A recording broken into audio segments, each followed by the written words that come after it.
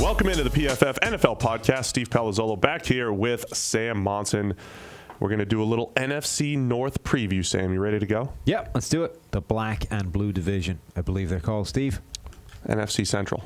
Yes. Is what we're doing here. Little Central. Who's missing? The Bucks? They were in the Central, right? Yeah, it's all the same four in the Bucks, right? All right, your NFC Central preview starts now alphabetically with the Chicago Bears. Are they the fan base that hates us the most right now? Probably. Yeah. Every time we mention Trubisky, usually sours them. Yeah. Quite a lot. There's some reasonable Bears fans about Trubisky out there, but let's discuss their prospects now for 2019. It's a good roster, top to bottom. Let's start up top and say they're good. Yes, it's a very good roster. It's also a roster that could easily, a team that could regress as far as number of wins due to the. Ruined it. I did. Yeah. Due to the schedule, but even if you just look at the offensive line, solid all around. It's a good group of playmakers. We said that going into last year. It's a group of playmakers that has a bunch of unique skill sets that should mesh pretty well, and I think they did with Matt Nagy. Nagy was a top 5 play caller by our numbers, and we essentially say how much offense is being created on, say, expected throws. Essentially, that's one way of doing it. They were really high. I got another number on that later. And then they had David Montgomery to the mix. So offensively, they're set up for success again, but a lot depends on Trubisky being a little bit more efficient on a throw-for-throw basis. Yeah, they've added a couple of interesting players. There's a lot of players who I think don't know what to do with unique skill sets, and they become gimmick players, and it's just, like at some point this guy's going to get the ball and end around, and maybe he'll do something, but that's it. And then there's other coaches who you think, okay, if you get him a unique talent, he'll figure out the way to use that guy, and you actually see something kind of special. So Cordarrelle Patterson is the guy that's joined this team, and the Patriots, I think, are obviously one of those teams that understand how to use unique weapons, and we saw him kind of play more of a running back than he was a wide receiver in New England at times. I think the Bears, with Nagy as well, are another team that understands how to use unique weapons. So now you've got Patterson, you've got Taylor Gabriel still there, you add David Montgomery, you have Tariq Cohen already in the backfield. There's a lot of kind of crazy talented and really quite unique players in that group of skill position guys. And then Nagy will also throw 5 defensive players out there on the goal line just to really mess with the defense and say, who's eligible, who's ineligible, what do you do? So, I like that idea of, stealing a few plays here and there, especially goal line, 2-point conversion type of plays. Nagy's shown some creativity there. We mentioned the offensive line. Charles Leno and Bobby Massey, they're just kind of like the epitome of average to above average tackles, which is very, very valuable in today's NFL. Kyle Long, a good right guard, Cody Whitehair, James Daniels at guard and center. So, that's like a Steelers-ish type of offensive line, right? We always talk about the Steelers don't really have any major weaknesses in their starting 5. Yeah. And the only potential stars may be David DeCastro at his respective position. It's kind of how they are in Chicago. I don't think they're as good, but it's the same idea. They don't have the collection of dominant all-pros and then a couple of, questionable spots. It's a group of guys that are solid. Kyle Long, I guess, is probably the closest to a superstar player. But even he is, I think, hasn't quite played to the level of his reputation for most of his career. But yeah, that line should be solid. And really, it's all it really needs to be. It's about giving this team a foundation to be good enough to do what they want to do on offense, which it should be. And then when we talk about Trubisky, he was one of those guys where the grade was far lower than the traditional stats. And even statistically, he had 2 really high-end games, against the Bucs and against the Lions, 2 games where he was dominant statistically and graded really well for us as well. But he just had, too many games where he was getting away with turnover-worthy plays and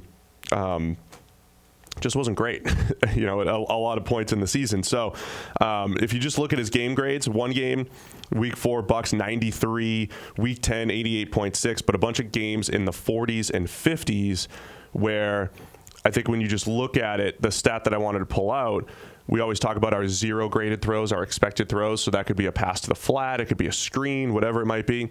His EPA, expected points added, so essentially how valuable was this particular play, not necessarily the quarterback, but the play itself.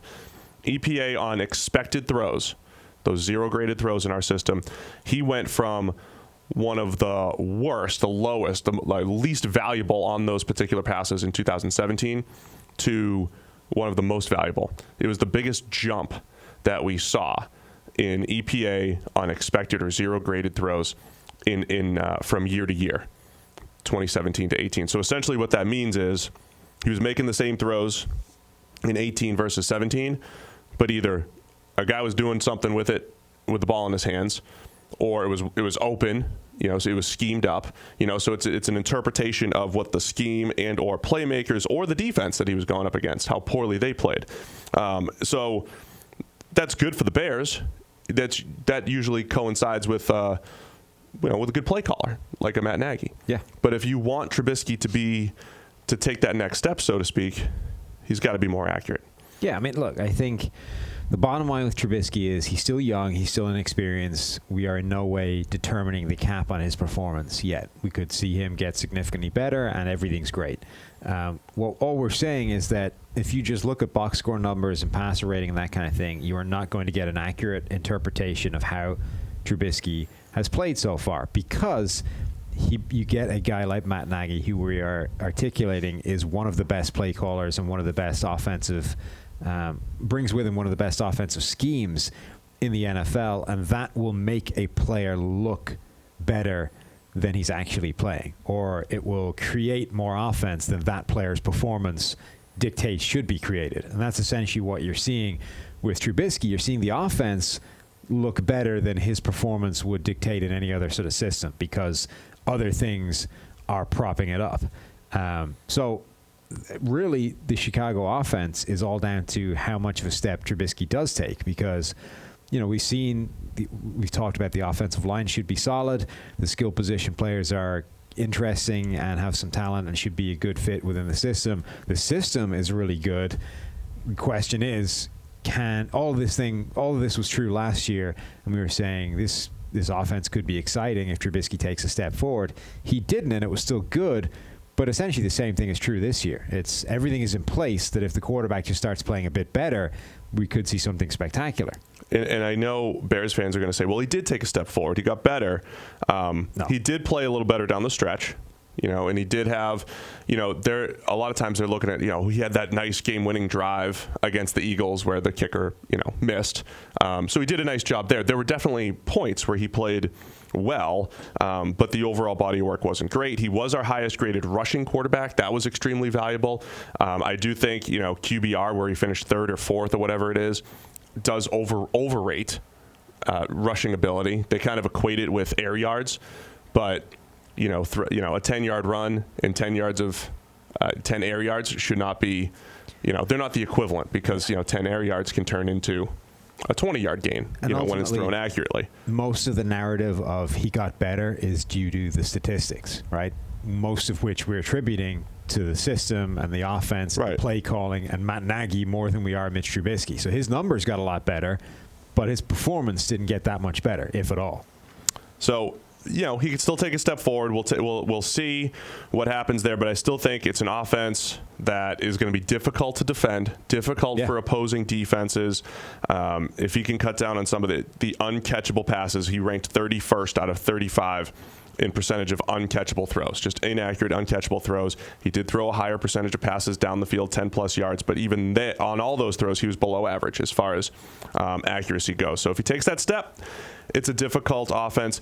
We don't talk too much about running backs, but when you add David Montgomery, a guy who at Iowa State ran behind a terrible offensive line and forced 100 missed tackles per season, that's potentially a key to this offense with all those other playmakers around there. Yeah, I mean, he's basically broken tackles at a rate that we have never seen in either college or the NFL consistently, which is weird. I mean, people don't tend to do that.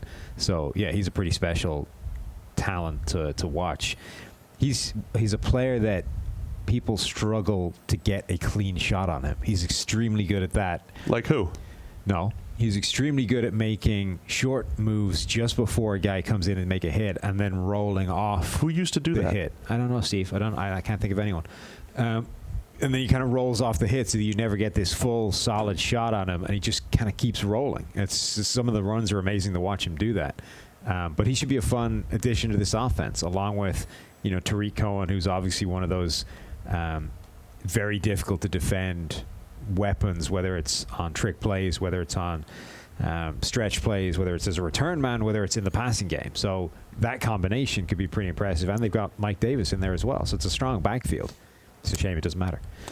So defensively, it's tough. It's tough when you say, look, it's difficult for a defense to duplicate top-notch performance year over year. The 2017 Jaguars are a prime example. Vikings, same. Vikings 2017 to 18. I mean, the Jags in particular last year, when our preseason analysis on the Jags was, okay, they didn't lose anybody. Right. They still have a loaded pass rush. They still have a loaded back seven. But, your success is often dependent on who you're playing offensively. So I think the Bears, my biggest concern about potential regression for the defense is a defensive coordinator switch. So losing Fangio, who I think really meshed with this defense. We were in the middle of 2017 saying sneakily, even though the Bears aren't winning games, this is one of the better defenses in the NFL. Yeah. And Vic Fangio was doing a really nice job there. And I think one of the things that they did really well was use their safeties in creative ways, and they were just really good at communicating, passing off routes in the back end. So does that change this year? I think that's my biggest question. Talent is still there. Obviously, Khalil Mack up front. He had all those forced fumbles last year. He made a ton of big plays. Their actual corners, Kyle Fuller, Prince Amukamara, solid across the board there. Losing Bryce Callahan for Buster Screens, probably a downgrade in the slot. Yep. In a pretty valuable position. Adrian Amos for HaHa Clinton Dinks. I know, again, I'm always speaking to Bears fans, but they think that at one point we said Adrian Amos is the best safety in the league. Like, we never said that. Yeah. He's been one of our highest graded guys because he didn't screw up a whole lot. Right. And he made a few plays, made some nice plays. But that could be a wash. Yeah. I mean, could be a downgrade. It's interesting. It's close. Think those two guys end up grading. It's like the quarterback conversation. They end up grading kind of the same, but I think they get there in dramatically different ways. Yeah. So, as you said, Amos's calling card is he doesn't make the mistakes. Like, he's just solid all the time. He typifies safety in terms of the position, right? His job Devin is McCourty type. Right. Just go out there, always be in the right place, and don't make a mess of it, and you're good.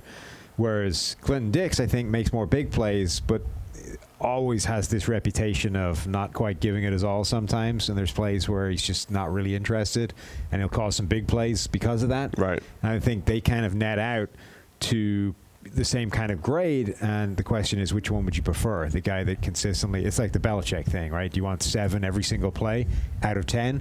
Or do you want the guy that will go from 10 to 4 to 2 to 7 to 10 again?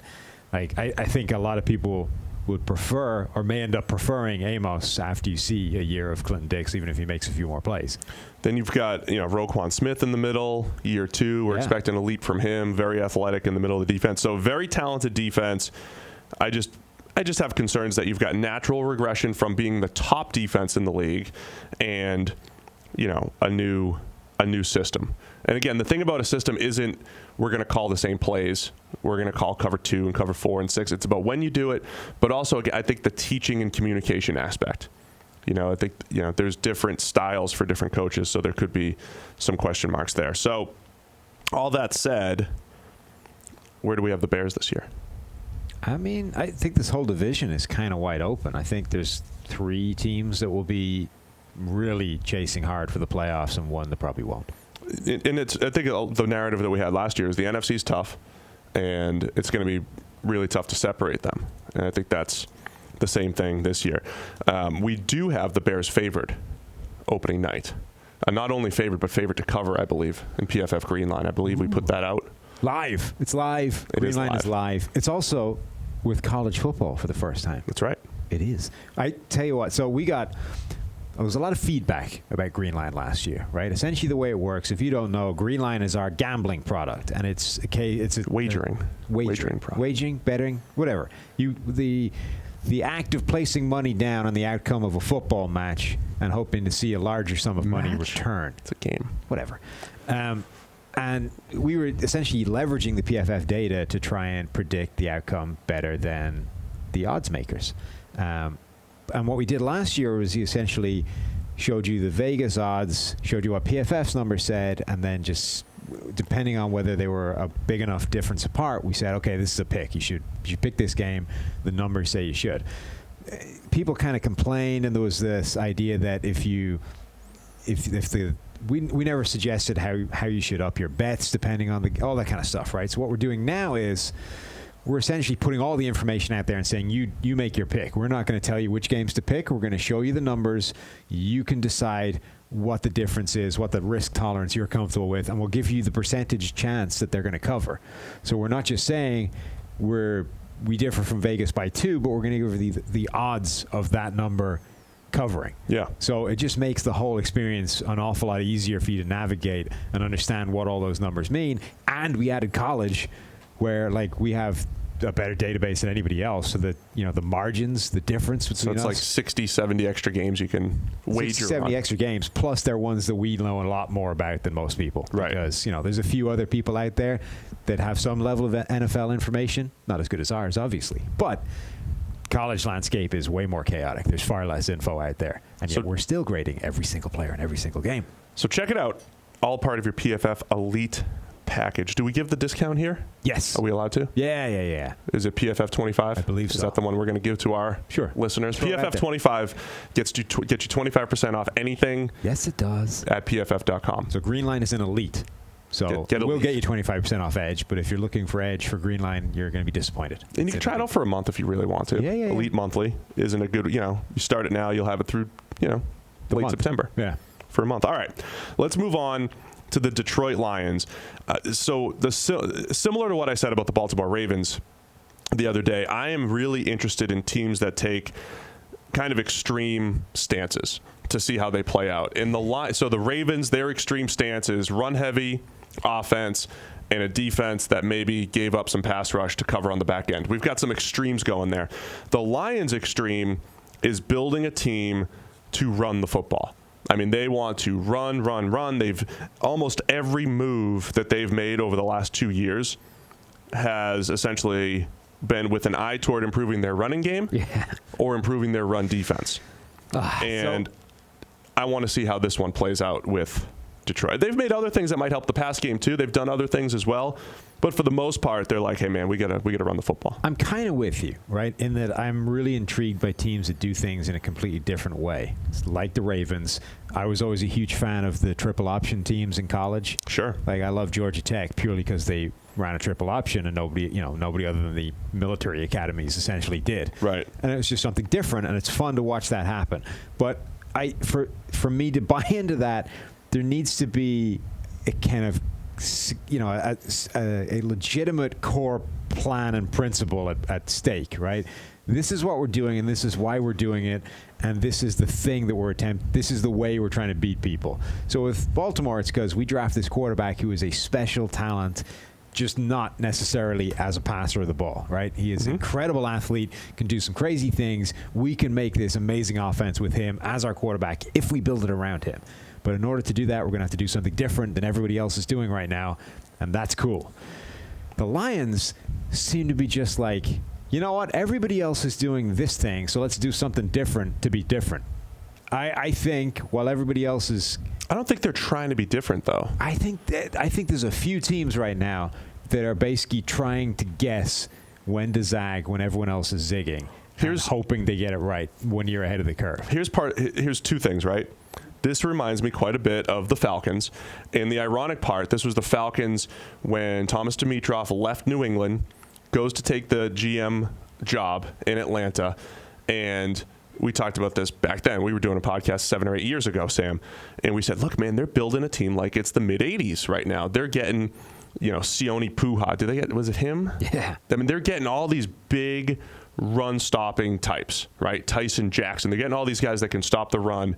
And it's like, man, we know that you got to stop the pass in this league. And they couldn't stop the pass, and they couldn't throw the ball as efficiently as they could because they didn't have enough weapons around Julio Jones as Roddy White got older. Then when they started to get good, it was when Matt Ryan became his passing output became better, essentially because of all the weapons around him. He didn't really play that much better. And they started to cover better. They started to get the Deion Jones types and Desmond Trufant and better coverage players. this is very similar, where you have a former Belichick disciple and Bob Quinn in Detroit building a team with Matt Patricia, another Belichick disciple, basically on a team that won New England.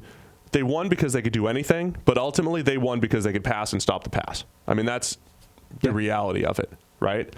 And Detroit's going and saying, we're going to run the ball, stop the run.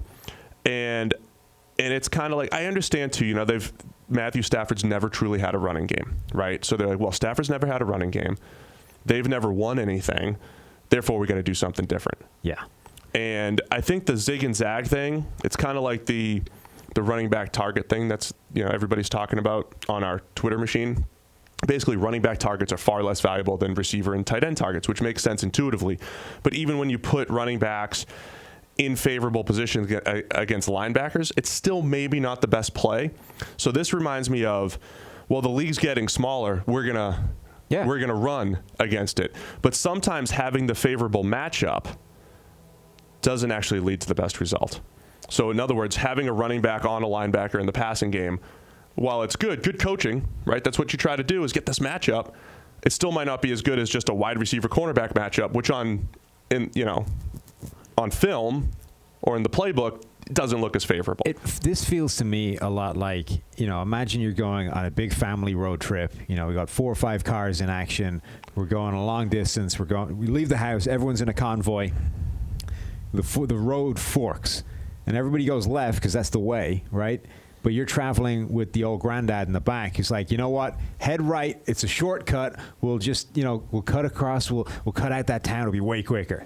And then you spend like 9 hours lost in the brush because you took the slower way. And everyone else just went the way. The other guys are going 7 yards at a time. You're going 3 yards at a time. It just feels like the Lions are the team with the guy in the back who's going, no, go right. I know everyone's going left. Trust me, we're right. They're wrong. And, everyone going left is going to be able to pass the ball, stop the pass, and win games. And the Lions are going to be concentrating on getting tougher against the run, and they're going to be lost in the back arse of nowhere for hours at a time. I was talking to George about this recently. Last year, the Lions had their best running game. Yeah. In a while. They goal achieved. They did the same thing last year. Like, as soon as Patricia got there, everything was about the run. I'm talking about it. I'm saying this has been a 2-year deal. Yeah. This has been a 2-year project here. But ultimately, if your quarterback can get good passing production, you just have a better chance of winning. This was the number that stood out to me last year. So in a year that the Lions offensively kind of achieved what they wanted to do from a run game perspective, they were more efficient. Their offensive line was better. Kerryon Johnson was a find as far as he's pretty good. Second-round running back. We need a hot button for the podcast where anytime anybody says Kerryon Johnson, that Kansas line comes on. Oh, yeah. Right? We need, We get Tyler on that? Switchboard? We got a hot Anyone? So here's the stat that really stood out to me. Matthew Stafford, big-armed gunslinger, had the 4th lowest average depth of completion. So how far down the field his completions were going through the air. 4th lowest of the last 3 years. So Joe Flacco, 2017, was the lowest. Alex Smith, 2016. Sam Bradford, 2016, when he set the completion percentage record that lasted 2 years, when he was, one of the, lowest average depth of targets. And then Stafford in 2018. And then Roethlisberger, 2018, actually. So lowest depth of completion for a Matthew Stafford that, at his best, I always say it, has these 3 or 4 games where he looks like a top 3 quarterback, can do anything, right? So are you neutering Matthew Stafford, who can? That's how Neil always says neutering. Yeah. When you take a gunslinger and you, is that allowed? Lop his balls off. I didn't say that. That's what it is. That's what you said. I said neutering. That's what neutering is. Yeah, but there's a professional nice way of saying it. Yeah, okay. Professional way to say it. I'm like just Bob Barker used to always say. What you're talking about here. Yeah. Well, they made him more conservative. So, do that to you, yeah. What are your thoughts on all that? My thoughts generally are I don't think it's going to work. Yeah. I think what we've learned from teams that have taken a stab at this, getting tougher against the run, establishing the run harder, grind teams, it's just not working right now. You can't. The league, people have. So defenses developed along the years of sort of essentially figuring out what offense is doing and devising ways of stopping it, right?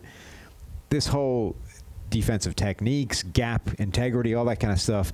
Teams kind of figured out how to stop the run. In theory, conceptually, it's not that hard. You just put a body in each gap, and now there's nowhere to go, right? And once players got of a certain size and strength, it got very difficult to create those gaps where gaps were originally taken up by bodies, right? You need to do an awful lot to move a player out of a gap physically in order to get a running back in there behind him and have him exploit the hole. On the other hand, it doesn't take that much to have one fast player run past another fast player into a gap that's already there and just pass the ball. The reason it wasn't done in the past is because everybody's accuracy at all that was just bad. So quarterbacks weren't that great at hitting a guy 12 yards away from them. Now, quarterbacks can do that in their sleep. It isn't a tricky challenge. What 60% completion rate used to be like an amazing, unattainable feat. It's the rules of the game. It's, everything. It's having three-step drops more prevalent. The idea of 60% completion used to be like a figment of your imagination. Now it's like a bad season by somebody. Yeah, but I think that's more rules than the quarterbacks. But the point is, that's not reversing, right? Defenses aren't going to forget how to stick a guy in the gap, stick your testicles in the C gap. You're not going to forget how to do that. You're not. It's innate. It happens. You understand how to shut down deep. Running is not going to become the way to win games without changing the dynamic somehow. You can't just go back to 1985 football and think, well, because nobody else is doing it, this is going to win. I do think, going back to what we said a lot last year, it doesn't hurt to have an efficient running game. And if you look at the running game as like 20 to 25% of your offense rather than 50 to 60% of your offense, then it's different, right? Because what you want your running game to do is, when the defense is so light in the box, steal the 6 yards. Yes. Right? Steal 6 yards when it's there. Get to the right check when it's there. Right. But when you when you say, that's it, we got to instill some toughness, here's an 8-man box, we're going to run into it. Yes. And that's the problem. You know when you're never going to see that light box? What's that? When you load up with this heavy run formation. Yeah, when you've got a million tight ends and everything. I need to establish the run. Then you're never going to see a 6-man box. So you're never going to pick that up. So let's discuss the Lions in particular, because even though they've done all this stuff for the run game, my question is, do they actually have the pieces to have an efficient pass game and to stop the pass and maybe sneak into some wins? Because I do think they've got some pieces there. Yes. Kenny Golladay, Marvin Jones, add Danny Amendola as a slot receiver, and they add TJ Hawkinson, who was the best all-around tight end. It doesn't hurt that he's a good run blocker, but it's even better that he can run the seam, has good route running ability, and catches the ball pretty efficiently. 2 drops in his career. Yeah. So that helps the pass game. And then defensively, Darius Slay, still one of the best corners in the NFL. Opposite him, though, major question marks for CB2, right? Is it Justin Coleman? Is he just going to be a slot player? They paid him a lot of money. He's a solid slot, but Tease Tabor? You just dropped CB2? Like CB2, it's a thing? Yeah, cornerback 2. Oh, I know what it means, but that's quite... That's what we do. It's like fantasy speak. Yeah. All our fantasy elite customers. Huh. Okay. So I agree with you. Cornerback 2, Rashawn Melvin, Jalen Tease Tabor. That is a major question mark. It is. And for a team, by the way, that played as much man, like the Patriots, played as much man as anybody last year. Yes. So that is one interesting area for them on the back end. And then you've got the front end, which is, I'm kind of endlessly fascinated by this collection of players they've assembled, which are all big-bodied run stuffers who have got an abnormal amount of pass rush given what we've seen from them in the past. Guys like Deshaun Hand kind of exploded out of nowhere. Now, I know he was a big recruit, right, Steve? Yeah. We've seen a few 5-star recruits who underachieved in college in recent years actually have a pretty good start to their NFL career, including your boy Byron Cowart. Yes. So Hand was one of those. He kind of comes out of nowhere. Did not look like he was a dominant player in the making at Alabama, but steps on, has a really impressive NFL career so far. Does that continue, or do we just see a weird run of play that happens sometimes? I kind of have that question of a few of those players up front.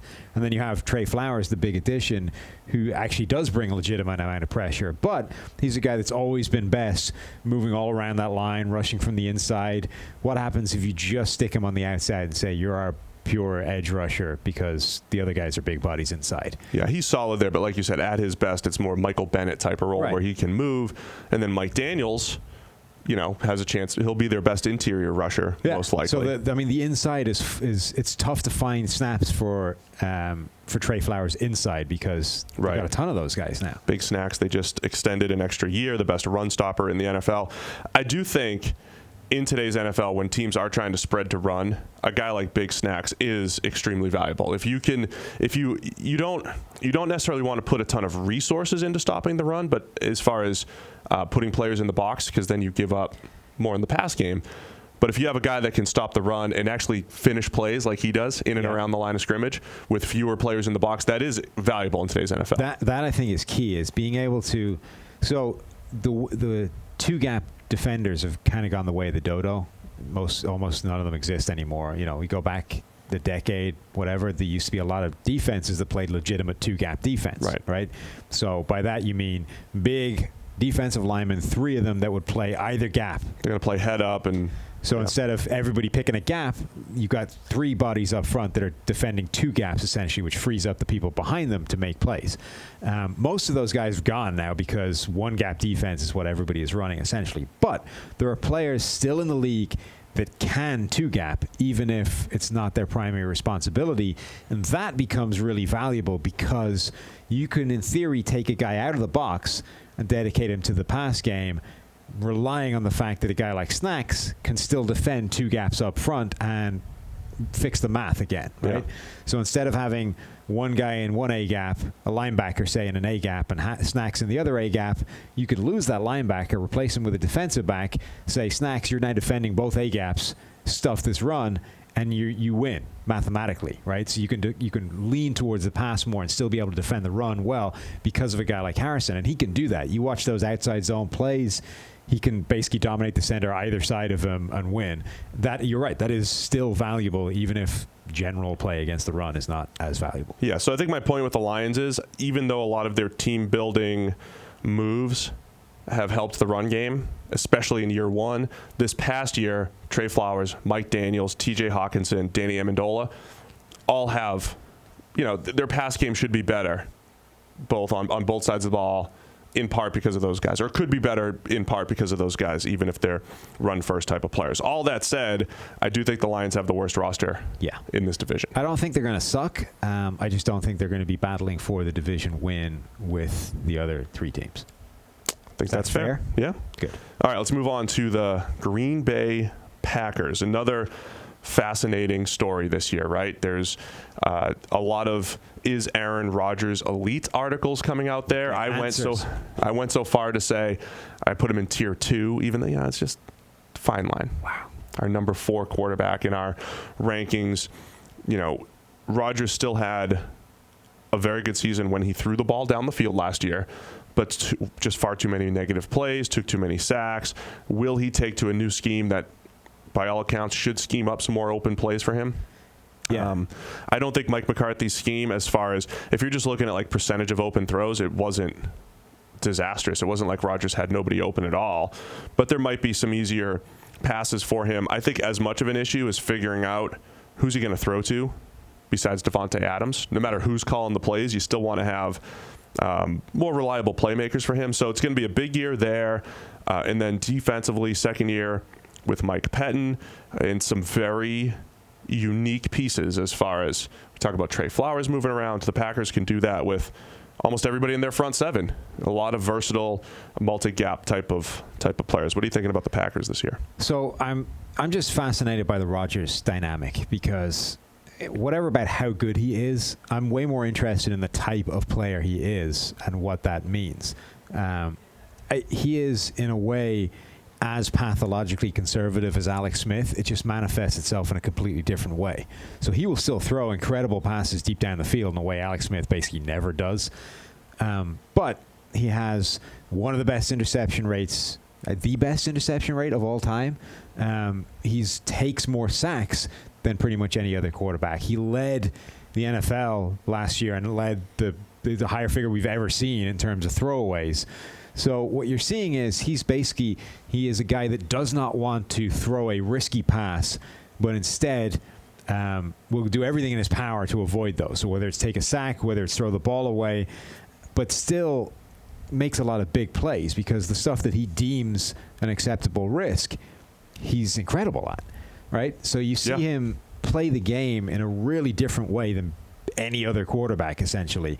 And then I think you had that compounding with Mike McCarthy's offense, which didn't help, right? It wasn't scheming guys open. It wasn't giving you the Matt Nagy design plays that will boost what he's already doing. If anything, it was going the other way, and it was magnifying the problem. So you had a quarterback that already kind of skews conservative, and then you're basically forcing him into thinking every play is too risky, and now you're making him do all kinds of crazy things. So we're going to see some of that disappear, right? The Mike McCarthy stuff is gone. Now you have an offense that should be helping him. Now the question is, how much can he let go and actually become the player he should be? But we also saw LaFleur last year call plays for Marcus Mariota, and it's not like, and we kind of said the same thing, Mariota's got a new play caller. They're going to run outside zone. They're going to run play action off it. They're going to run bunches, and he's going to have an easier time of it and maybe put up his best statistical season, which he didn't even come close to doing. And he had a game where he got sacked 87 times. Yeah. Was it 12 times against the Ravens? Right. So, but the difference there is that Mariota's not very good, whereas Aaron Rodgers is really good. No, I know, but when we're talking about a play caller, you're talking about, like with Trubisky, we're like, hey, Matt Nagy, the play caller, got a higher level of production out of this guy's baseline. Aaron Rodgers' baseline is way higher than Marcus Mariota, but will you be able to get that production out of him? Because it's not like there weren't any schemed open plays. There's plenty of plays where they ran their slant flat combo a million times and he just didn't take the slant and then rolled out and tried to make a big play. We also saw him week 1 against the Bears when he had that injury. He couldn't move, sat in the pocket, got rid of the ball in 2.2 seconds, and picked them apart. Yes. He's always been capable of doing this. And the underlying point with quarterback play, every play counts, Sam, right? That's why we do it. That's why we grade every single play. So if you drop back 700 times in a season, it's not necessarily about your 30 to 40 big-time throws, which Aaron Rodgers certainly has in him. It's about the hundreds of expected throws, open throws, under 5 yards, take all of them, make good decisions. He never puts the ball in harm's way, like you said, but can we turn those sacks and throwaways into more efficient plays? That's, to me, the big question this year for Rodgers. Yeah, it's amazing the ways in which he finds to sort of skew conservative, because it kind of hides. It's obvious that Alex Smith is that kind of player, right? Because the ball just doesn't travel more than 10 yards from the line of scrimmage, and it's like, look, there's Captain Checkdown over there playing QB, all safe-like, without putting the ball in harm's way. It's easy to see. But Rodgers still attacks deep down the field. He's still got those, Hail Marys in his arsenal. His numbers when aiming 15 or more yards down the field are absolutely absurd. They're like 35 big-time throws, so like 1 turnover-worthy play. But it's because the ball isn't going to the areas that are risky, that something bad might happen. He makes downfield throws against man coverage, right? Not and he's necessarily targeting the sideline zones, and he's not putting the ball as much in the middle of the field. The intermediate middle. So the intermediate middle is the most efficient pass in the NFL. Right. But it's also dangerous. It's a little bit more dangerous. It's most efficient. That was Carson Palmer. His big year in 2015 had 75% completions. That was insane. And that's where Rodgers doesn't like to throw the ball. That's the key, right? Is that in order to hit that really elite, crazy level, you need to be targeting that area, and you need to maximize the efficiency of those plays. That's the place Rodgers doesn't want to put the ball because he knows it's risky. Stuff like it's chaos in there. Random things can happen. Balls can bounce wherever, and somebody's going to pick one off you. You're going to look like an idiot, right? And quarterbacks just have to kind of suck that up and deal with it because it's worth the payoff for all the big plays you're going to make. Rodgers doesn't want to do that and skews away from it.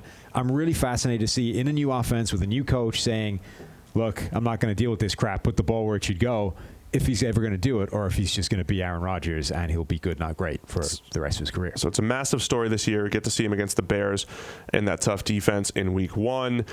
Around him, Davante Adams has been fantastic. I think when you talk about releases off the line of scrimmage, you were talking about Doug Baldwin now retiring. Now you've got Keenan Allen, but Davante Adams has to be right up there with those guys. Top 3 right now are in some order. Davante, the hell is his name? Adams. What? Geez. Wow. Not enough coffee this morning, Steve. Davante Adams, Adam Thielen, and Keenan Allen. I think those 3 have absolutely spectacular releases off the line of scrimmage, which is interesting because at least 2 of the 3 are not that spectacular athletes. Like, they win right away and get wide the hell open. Right. So Adams is the guy that Rodgers trusts the most. So for all the throwaways and everything we were talking about last year, there were also a ton of miscommunications where it's last year's rookies Marquez Valdez-Scantling or Equinemius St. Brown, these guys that they brought in. He's expecting them to run at 12 yards and they're taking it to 14, and so being not on the same page with some of those younger receivers, he needs one of those guys to emerge. We've seen flashes from Valdez-Scantling, flashes from Geronimo Allison, Jake Kumaro. I mean, they're not big names, but you just need one guy to really emerge or two guys to emerge and at least be just dependable. They're going to be in the right place at the right time. The tight ends, Jimmy Graham, we thought we'd expected a little bit more from him last year, especially a guy, big body that Rodgers can throw up and away from in the red zone, in the middle of the field. And Jay Sternberger, who I loved coming out, I thought he was the second best tight end in the draft behind Hawkinson, third-round pick. If they, give him an opportunity, he can run the seam, do some stuff after the catch. And then Aaron Jones has, the Green Bay running attack on a play-by-play basis has been extremely efficient from an EPA standpoint. And it always goes back to our point. You don't need to load the box with 7 tight ends to do it. You have a great passer that the defense has to respect. You spread it out a little bit, you run, and Aaron Jones is really taking advantage of that. So, again, the offense should be fine. I think it still always comes down to what Rodgers wants to do within the scheme. Right, and last year was kind of a perfect storm for Rodgers in terms of injured, young receivers, offense stagnating ever more. Like, it was just getting worse and worse, right? So that's kind of the worst version of this narrative that you're going to see.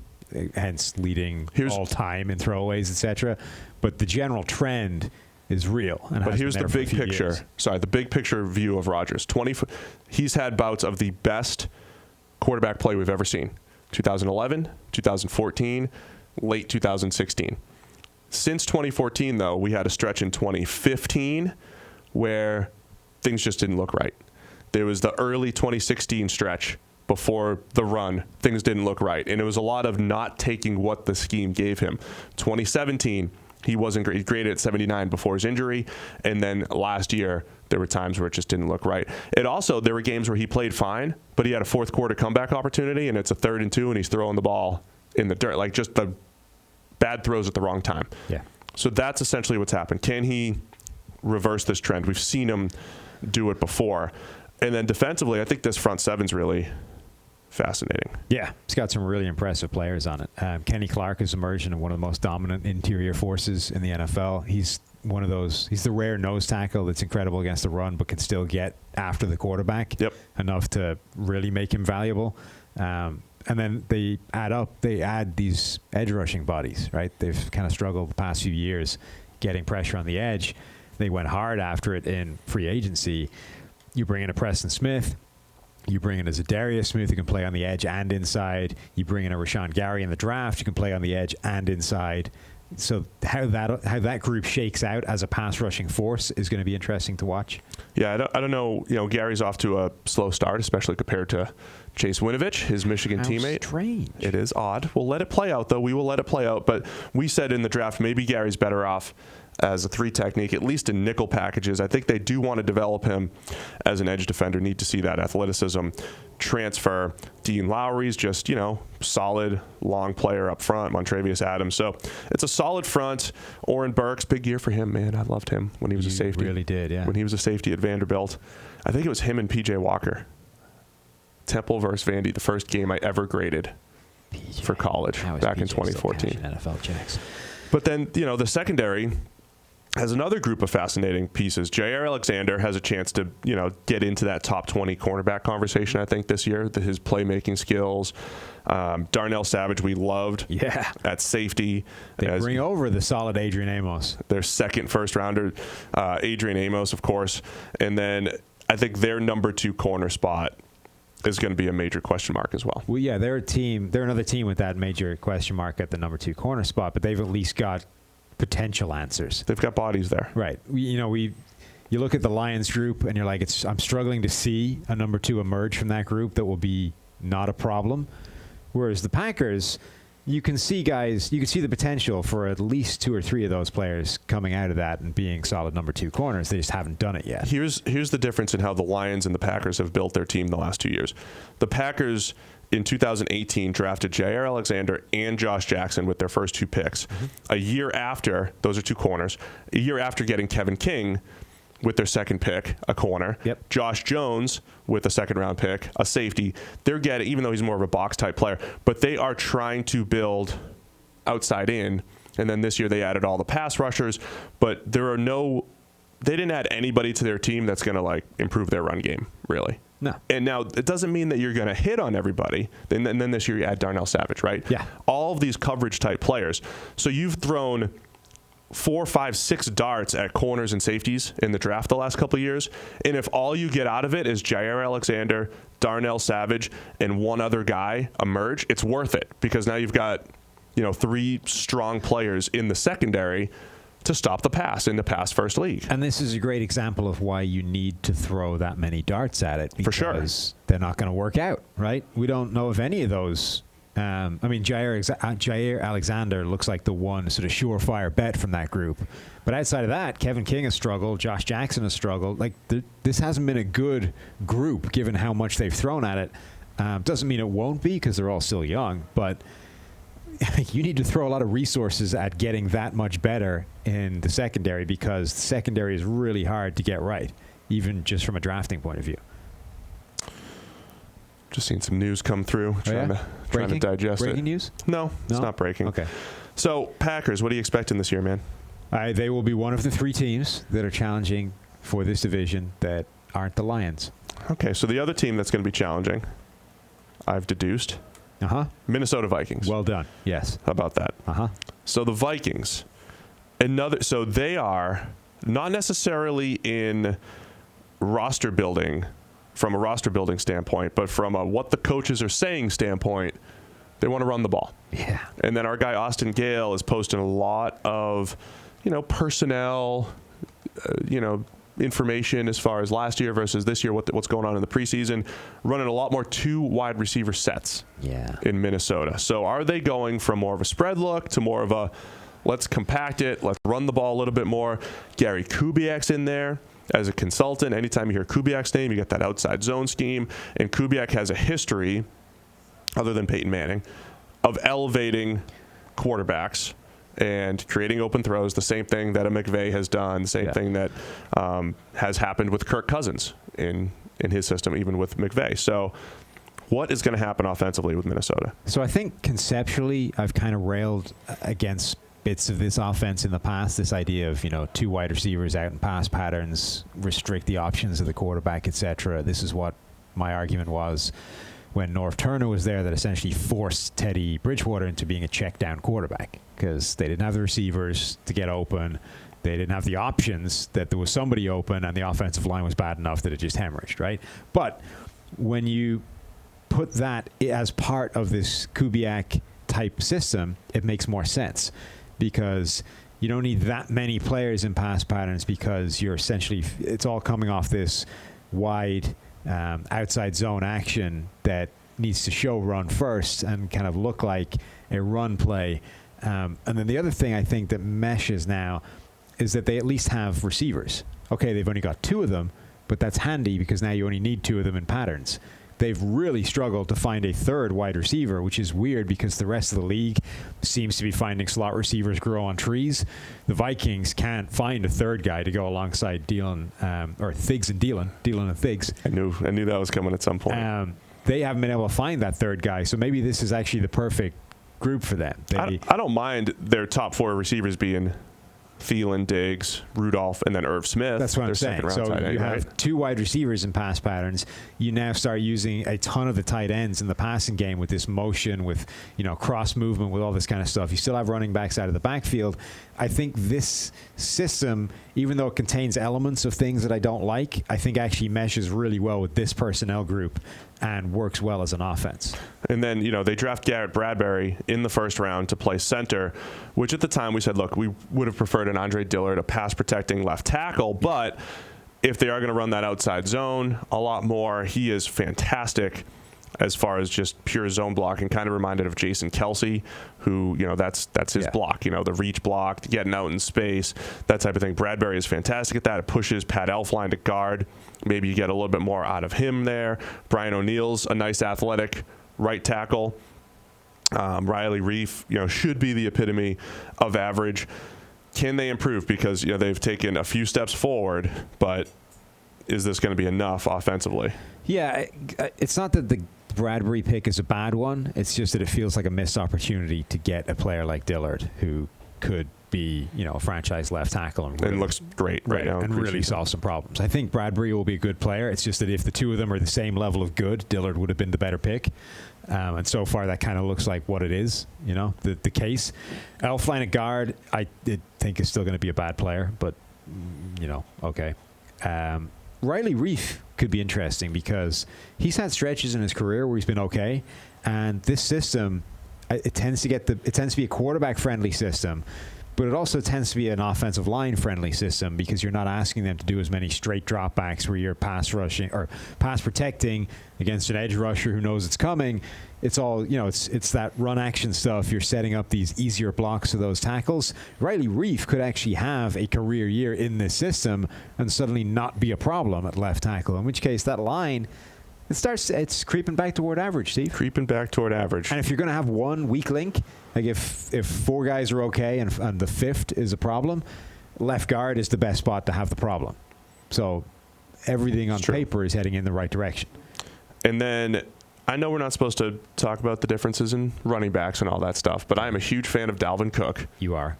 And I do think when he does have health, when he's healthy, when he's out there, explosive, he has patience, he can make guys miss. He really does have it all, and I think he could be better than any of the running backs that have come out over the last couple of years, including Zeke and the guys that get a lot of publicity. We seem to be saying this quite a lot, but this is a talented backfield. It's a shame we don't care anymore. Dalvin Cook is good. I think Alexander Mattison has looked really impressive. And then Mike Boone keeps impressing every single preseason. He does. He should, at this point, as much as people keep wanting to rediscover the Nebraska Amir Abdullah, I would get rid of everybody except those three on this roster in terms of running backs. I think Boone has earned the third job and has looked impressive. All right, now let's discuss Kirk Cousins, because what we said last year, very simply, he played incredibly under pressure at the beginning of the year, and then that, as expected, regressed. And if you just split his season essentially into two, that was kind of the story of why, he couldn't really, make as many plays in the second half. Yeah, played unsustainably well in the face of pressure, and the unsustainable thing ceased to be sustained. So yes. Make perfect sense. Honestly, Kirk Cousins last year was the player that it's the same guy, right? The same guy we've seen every single year of him starting. It's not a shock that that's what you got. Kirk Cousins, I think, is just a frustrating player. One, because he got the giant contract, so he's forever going to be compared to that and found wanting. And two, because he's just inconsistent almost across the board, right? Sometimes he drops insane dimes that are incredible plays, and then the next time he won't take a shot that looks like an obvious completion and instead checks it down, or does one of those weird brain fart plays where he throws the ball away backwards. Yeah, it's just a frustrating quarterback, but we know what he is at this point, right? So there's a couple other numbers that I think tell a story here. Okay, so I put it in my QB rankings. I think he came in at 14. He came in that tier 3. The tier 3 descriptor is that these guys can put up statistical output that is top 10 caliber. They could put out top 10 type of seasons if they have the right supporting cast, if they're playing in a dome, throwing to Diggs and Thielen, playing when he was with the Redskins, he had Deshaun Jackson, Jordan Reed at his best, Pierre Garçon. He had this really good group of playmakers. So statistically, he's been a top 10 passer rating guy 3 out of his 4 years as a starter, including last year. But PFF grade-wise, he's only had 1 year in the top 10. And when there's a disconnect there, and he was only 10th in 2016, when there's a disconnect there, it means he is getting some kind of help and the production is being aided. And with Cousins' case, I do think there is that conservatism at times when he needs to be aggressive, right?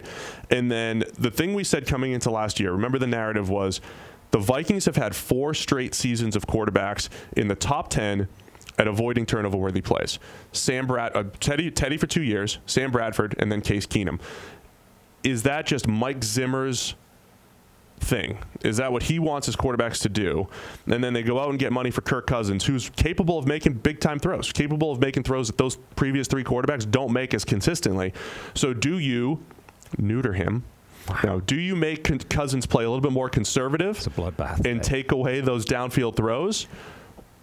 Or do you just let him go and say, look, there might be a few more turnovers, but we got to unleash this guy because our best hope is a high, efficient passing game that can create big plays. And last year he finished top 10 in turnover-worthy plays. Big-time throw percentage dropped quite a bit. Yeah.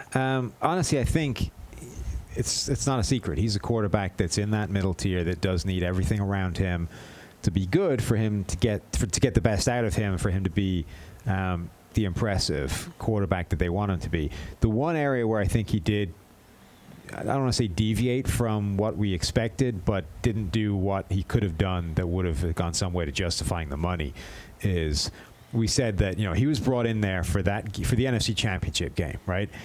The Vikings have a suffocating defense. They can run the ball, but sometimes things are going to go bad, and you're going to find yourself a couple of scores down, and things need to change, and you need to start slinging the ball if you've got any hope of coming back. And when you have Case Keenum or Teddy Bridgewater or Sam Bradford, it wasn't going to happen, right? Cousins at least is capable of executing that kind of comeback or being in that kind of shootout and getting it done, and didn't really do it last year. The only time you could say he did was in the Rams game that became a shootout chaos, and they lost that game anyway. And probably Green Bay week 2. Right. Now, if the Rams game had gone the other way, like if they'd managed to win that one, the entire narrative surrounding Cousins might have changed. It's like he was able to go toe-to-toe with Sean McVay and the Rams offense, putting up points at will, and he came out on top. That's why we brought him in. Yeah, but then if you look down the stretch, at New England, 60.9 grade. Yeah. At Seattle, 47.8 on Monday Night Football. And it doesn't matter when the game is, but it wouldn't have changed it wouldn't have changed his output overall, but it might have changed the narrative on what people thought about it. This does sum it up pretty well, right? At New England, 60. Seattle, 47.8. Miami at home, 86.6. Yeah. Right? And then the last 2 weeks, at Detroit, 70.7, not bad. And then a 58.6 against Chicago at home. And so he had 2 identical 58.6 game grades against Chicago last year. Granted, best defense, but those are the games you're expected to win, right? And whether we're looking at, you don't necessarily want to look at QB wins and losses, but I think when you say against good teams, historically, Stafford doesn't have a good record, Cousins doesn't have a good record, there's probably something to it over time. But if we get back to this new system coming in, I think it's one well suited to him, to helping him out. I think schematically it helps everybody out. I think we've said the receivers are a good group. I think the offensive line will be better. I think everything around Cousins is better this year than it was this time a year ago, except maybe the defense. So that's what I want to get to now with the defense. When we looked at that 2017 defense, it felt like, wow, it's just a really solid, good defense everywhere. But when you have a good defense, you try to see, I think the Jaguars have done a good job of taking a good defense, and when they lose 1 or 2 pieces, they've drafted and replaced them, and it just felt like the Vikings didn't necessarily have replacements ready for when guys moved on. Anthony Harris did a nice job at safety when Sandejo moves on. Like that type of thing is fine, but up front, do they have the horses like they had a couple of years ago, rushing off the edge, rushing through the interior, and how's that secondary going to look? Yeah, and I think also, as much as Mike Zimmer is really good, his baseline is more good, not great. He typically gets a good defense, maybe even a very good defense, and usually kind of struggles to turn it into an amazing defense. And then every now and again will catch lightning in a bottle, and you get the 2017 version. Right. But this team, I don't think is that good, or this defense, this unit, I don't think is that good. I don't think the talent is that good, but I just don't think that baseline was that good. It overperformed that year.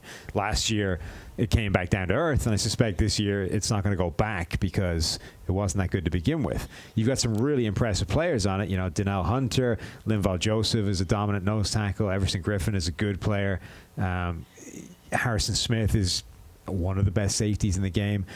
Their big question mark, though, is I think there's a few spots where they're not as good as the kind of the reputation, right? Xavier Rhodes, is he a true number 1 dominant corner, or does he just show that level every now and again? Right. Trey Waynes, can he be a solid number 2 corner all the time, or will he have games where he causes you real problems? I think collectively across the board, you just got a lot of question marks on this defense, and they kind of need all of them to break the right way for them to be a really good unit. Coming off the edge, Donnell Hunter, Everson Griffin. When Griffin is back on the field and healthy, that's 2 solid edge rushers there. Again, I don't know about the depth, though. Right. 1 or 2 injuries could be an issue. Linval in the middle is solid. They bring back Anthony Barr. Didn't have his best year in coverage last year. He's good for what they do.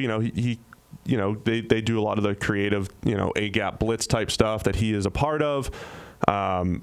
So they've got solid pieces there. The thing that the Vikings defense has done is just made life difficult on third down and essentially intermediate and deep passes. Those big plays, and that's where they took a bit of a step back last year, especially. They really need to find a solid pass rushing 3-tech. I think that's the thing that's missing, even just from the starting unit.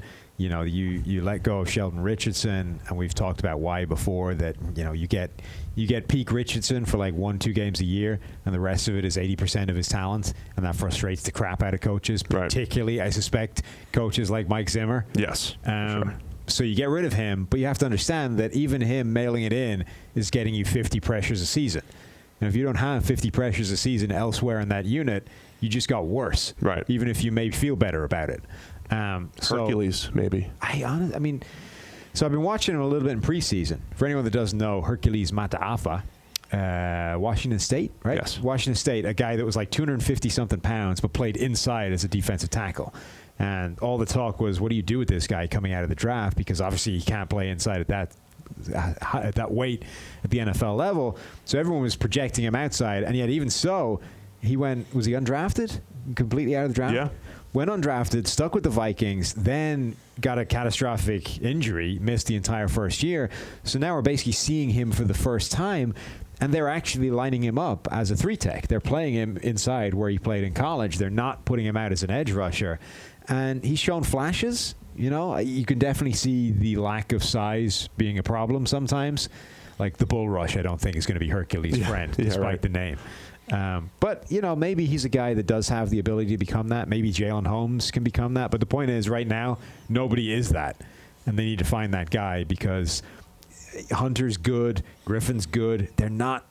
Neither of them is Khalil Mack. Right. So they're not going to Hunter's never graded as well as his sack totals would indicate. And so that means snap for snap, he's not creating as much dominant disruption as some other defensive ends. Neither of them is going to carry a pass rush all by themselves. They need somebody inside able to bring something. And at the moment, I don't really see that. They could use another elite season from Harrison Smith, too. Because when you have a safety grading at 90+, it means he's making those big plays. And it might only be an extra handful of plays per year. But obviously picking passes off, forcing fumbles, making a ton of run stops goes a long way when you've got that versatile 3-down type of safety. So who's going to win NFC North? The Bears, probably. I pick Packers Patriots as the Super Bowl every year. You do, every year. So I probably should pick the Packers. But does that have to change if we become convinced that Aaron Rodgers is no longer? Oh, that would change. It's basically it was pretty much based off of Brady and Rodgers. Right. So now you've got to go what? Brady and Breeze? Patriots Saints will be my pick. Okay. Most likely. But no, I think it's going to be real competitive. Bears are probably favored. Right? I don't know what our green line guys say, what the forecast guys say, but despite Trubisky, it's going to be an extremely competitive NFC North. Yeah. That'll do it, man. Nice. That's it. Mm-hmm. PFF 25. You get 25% off your any PFF product. We suggest PFF Elite. Go check it out. College Green Line is live. Big Green Line update. You get Premium Stats 2.0. You get all of the goodies over at PFF. So get your PFF Elite. Promo code PFF25. We'll be back here Monday previewing one more division and talking a little bit about the weekend's preseason action. Everybody have a good weekend. We'll chat again Monday. Thanks for watching the PFF YouTube channel. And if you want to subscribe, all you have to do is push the button. Don't forget everything you get. A little fantasy, push the button. A little green line for the gambling aspects of the game, push the button. College football, push the button. The YouTube channel from PFF.